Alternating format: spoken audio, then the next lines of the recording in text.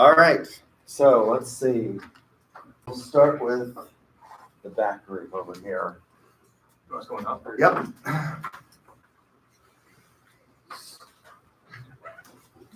We're allowed. Are we bringing this up there? Yep. Okay. You can bring your notes. All right, remind me what your group name was again? Infinite. Infinite. All right, so, and So, what is justice? what is justice? We said justice is a moral standard for doing what's right or wrong in a business. What does justice have to do with marketing? Justice is what's ethically right or wrong while operating within yourself and consumers. Okay, I'll do one example. Slide it down. Okay, our first example is Dick's Sporting Goods removed their assault rifles after a specific school shooting in Florida. okay, Our second example is Target gave all employees an active shooter training after a school shooting. And then the third one was McDonald's fired their CEO after he violated a company policy he had an affair with one of the employees within the corporate system of McDonald's. And you want to give a conclusion as well? Yep. In conclusion, justice and marketing provides a guideline within a company to promote ethical decisions. all right, so justice is what? It's a guideline within a company to promote ethical decisions.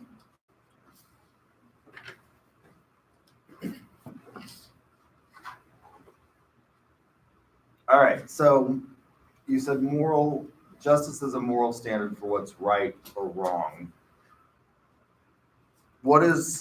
How do we determine what's right or wrong within that standard? How do we know what the standard is?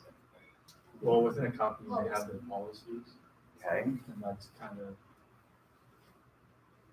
so if they just follow their policies, that's right or wrong.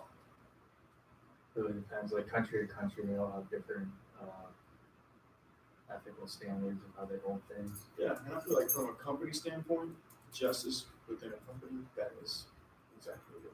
Okay, Following basically their rules or their ethical standards, their moral compass.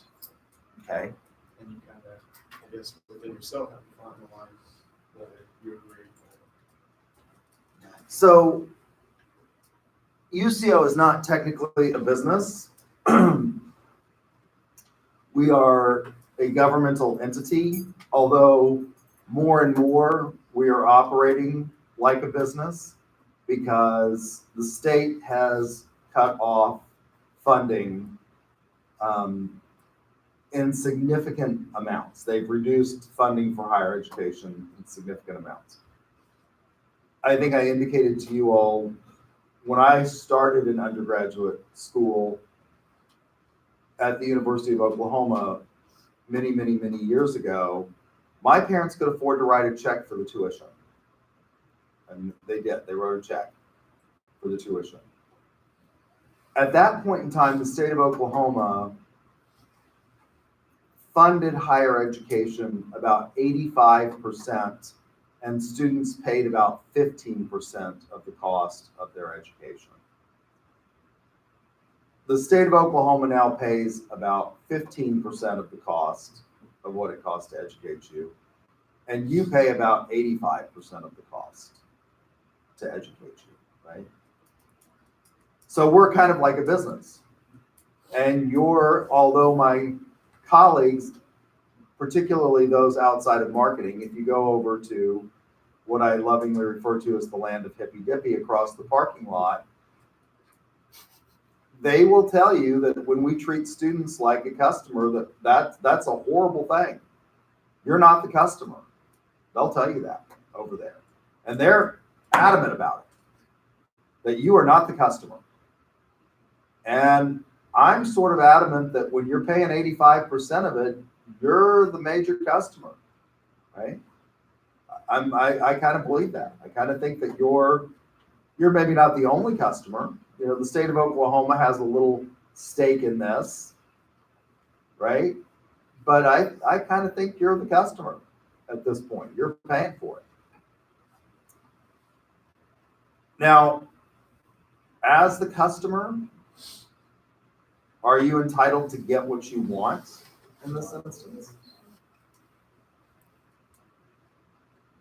No? You can take the major you want, but not really like get like maybe money back if you didn't like the course or something like that. Okay.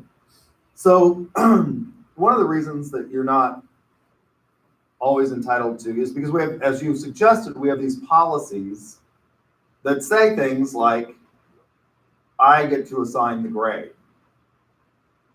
And although you are a constituent or a customer or at least a stakeholder in this little exercise, you can't say, I deserve an A. Although students do this, they say this all the time. They say things like, I always got A's in high school. Well, you know, this isn't high school. And not everybody's a winner here. But let's suppose, and part of the reason that you don't necessarily get what you paid for, if I go to the grocery store and so last night I went over and I like to cook. I have another business on the side in addition to the one that I own with two other professors here. My family owns a business. We've been in business for 36 years. So I've been the executive chef for that business since my mother, basically, she was the one who started it. We own 4 bed and breakfasts. We have murder mystery weekends. And I do catering, right, as part of it. So I like to cook. I'm pretty good at it. You know, I mean, other people might think I'm not as proficient as perhaps I should be. But so one of my friends who doesn't know how to cook said he'd like to learn how to cook. So I'm giving cooking lessons to him out of the goodness of my heart. And I went to Whole Foods yesterday because they're the only place in town that carries certain items that I need to cook. And when I bought that item, I knew what I was getting. Right? I knew what the quality was. I can look at it, I can evaluate it, and I could touch it. And if it was bad, then I'll tell you what the item was. It was mung bean sprouts. And I was making hibachi steak for dinner. And I like to use the traditional mung bean sprouts. Like, I know if you go to Musashi's, they don't do the mung bean sprouts anymore. They do other stuff, which is just horrible. But if you go to Shogun, that's the first hibachi restaurant that we had in Oklahoma City was Shogun. They still use mung bean sprouts. So I like mung bean. So I went and got me mung bean sprouts. But if there was something wrong with them, if they just were horrible, they would give me my money back. Or I wouldn't buy it. I could look at it. You can kind of tell with mung bean sprouts whether or not they're going to be any good. One of the things, like, don't buy them in the can. I'll just tell you. They sell them in the can in all of the sort of ethnic food areas, and they're just horrible. They're slimy, and they're disgusting, right? So don't buy them in the can. You can only buy them at places like, you can actually get them at Sprouts as well. Cannot get them at Walmart. Cannot get them at Homeland, right? So you have to go to places like Whole Foods. But you can look at them and you can kind of tell what you're getting. You have no idea what you're getting until the end of this class, do you? And if you felt cheated by that, and you said, well, I deserve an A, could you get an A? No, because we're following our policies, right? We're following the policy which says, I'm the expert, you're the novice, I will tell you what you need to know, and you'll either absorb it to a level that I think is adequate, or you don't. Now, let's suppose that one of you is really unhappy, and let's suppose I do things like I deviate from the syllabus. So in here, I've provided you all with a syllabus, and the syllabus lays out certain things that we're going to do in order to earn your grade. Now, from time to time, and I used to be the associate general counsel here, so I used to be in charge of all of the grade appeals. If you're really unhappy with your grade, you have the right to appeal it. That's part of our policies. If you really think that I'm unfair, and I will tell you, from time to time, professors do things that are unfair. I remember one great appeal that I had that this professor, in the middle of the semester, just totally decided he was gonna rip up the syllabus and totally do something different. Just totally said, you all aren't reading, I'm now gonna have pop quizzes every day. In the middle of the semester, and started having pop quizzes. And then gave them an assignment in the middle of the semester that would have been difficult for anybody to complete. And the entire class filed a grade appeal on this professor. I mean, every single member. So here I am, I'm listening to these grade appeals with the committee, because my job is to advise the committee and tell them what our policies are.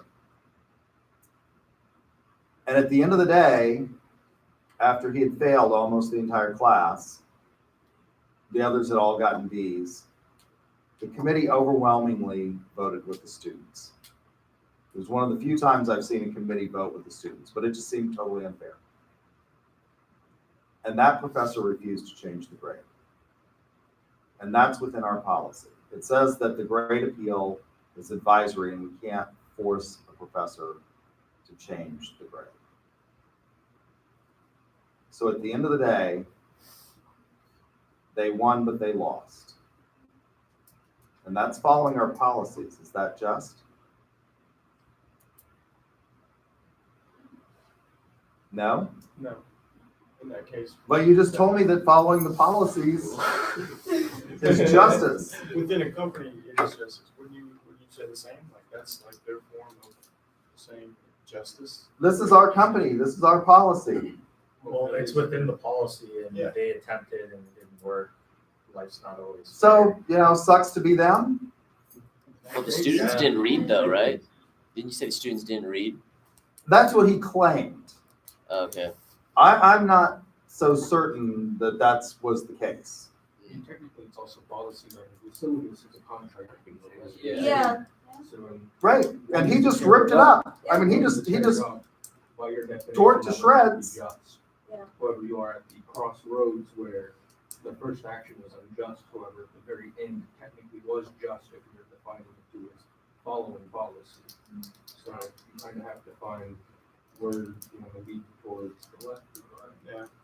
I think in any ethical or moral decision, it's pretty hard. There's always like a left side, there's always a right side, there's always a fine line. So Okay. definitely a hard decision. So maybe policies are important to consider. And why do we want policy? I mean, why do we want, if we think about this in a broader context, what is it that ensures if we follow sort of the procedure? it gives you structure Gives you structure from injustices happening again. from Did we injustices. change that policy? Or the appeal is not What's the point of the appeal?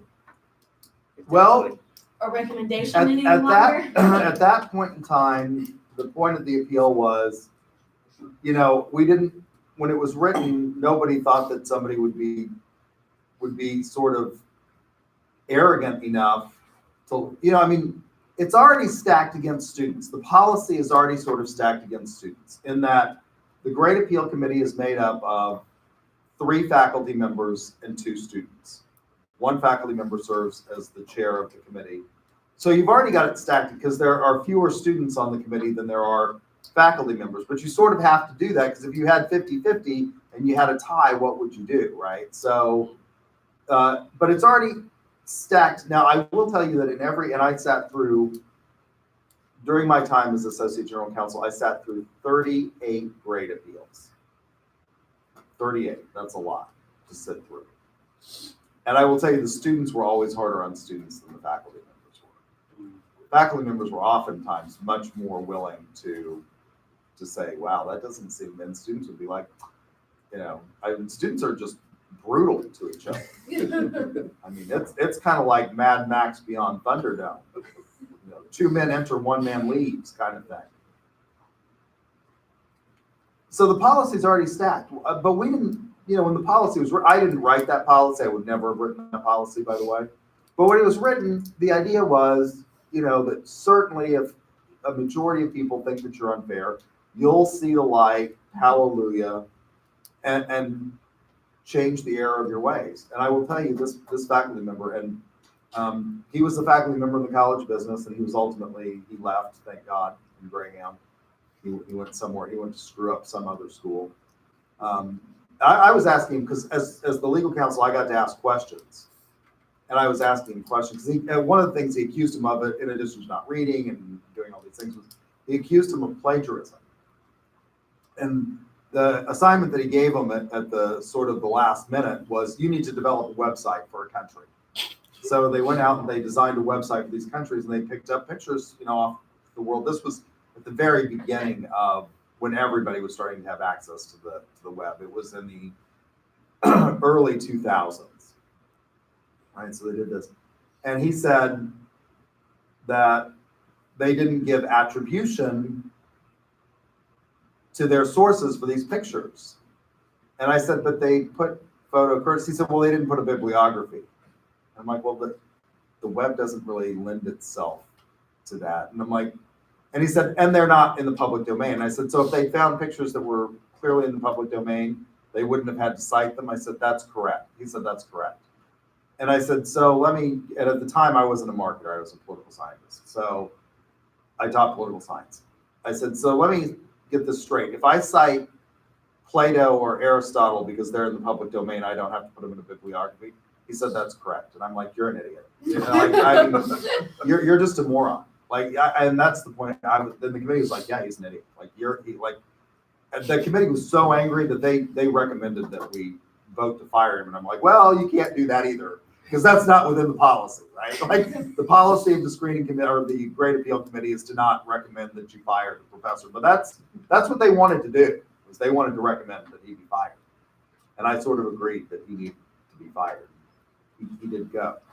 But what is the purpose of the policy? Well, it's so that you sort of treat people the same, right?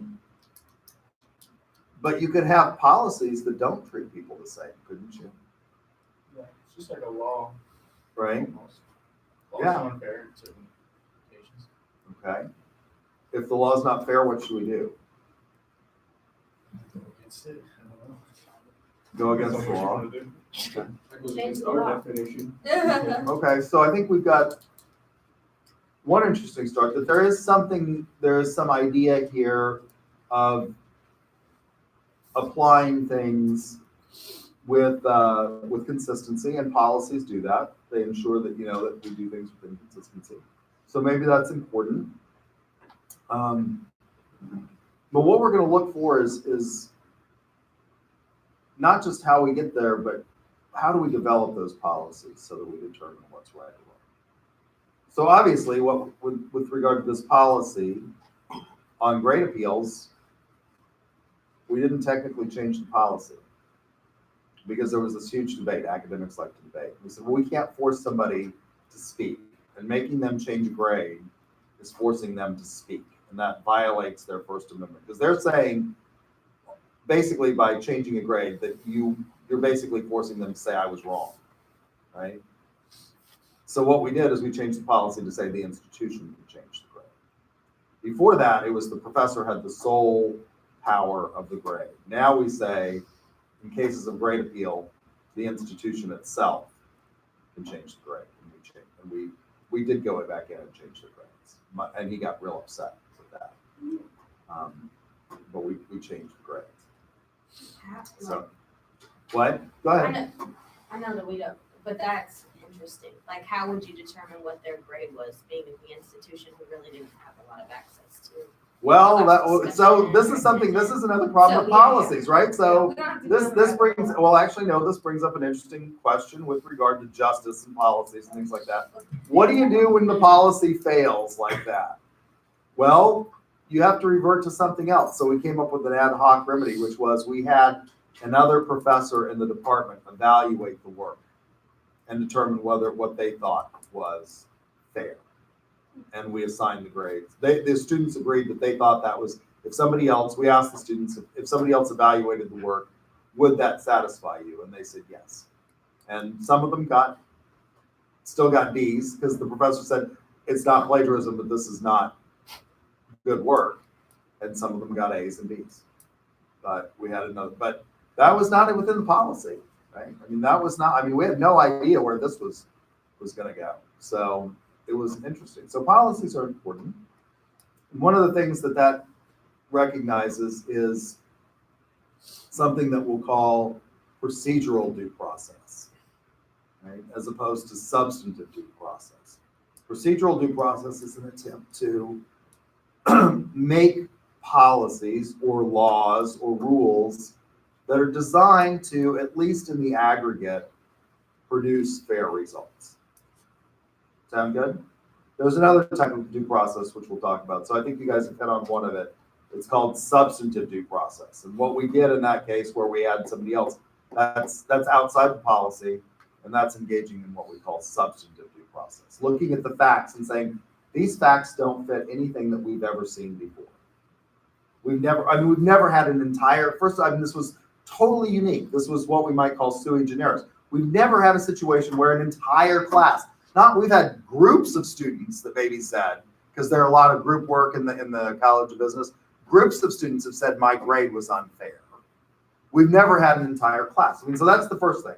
It says this is like way outside of our what do you do in an entire class has a problem, right? So we said that then we had to engage in what we call substantive due process, which is to say, well, what's sort of a fundamentally fair solution?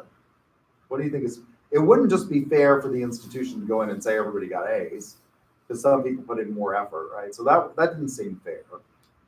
It didn't seem fair to make the students retake the class over again, which was one of the things that we thought about. Could we just wipe out the grade and say, look, we're going to give you back your money, we're going to wipe out the grade, and we're going to let you take it with somebody else? Would that seem fair?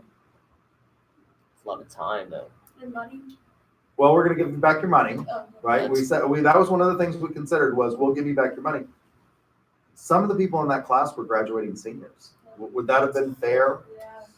to them? Like, we're gonna delay your graduation, make you come back for another. I mean, so we engaged in what's called substantive due process. All right, so we're on a good start here. I won't close the Dropbox until after we finish the discussion on this, so you guys can keep working on it. We'll have some more. I'll give you some more time after this first discussion. I'll give you about 10 minutes in class on Thursday, and you can have the rest of the time because we can't really start with another group with just about 7 minutes to go in this class. So I'll go ahead and stop the recording, and we'll talk, and we'll pick this up on Thursday. And you guys can have a few more minutes to work on this and refine your answers. You want to change? So you just want us putting it on Dropbox right now, you said? No.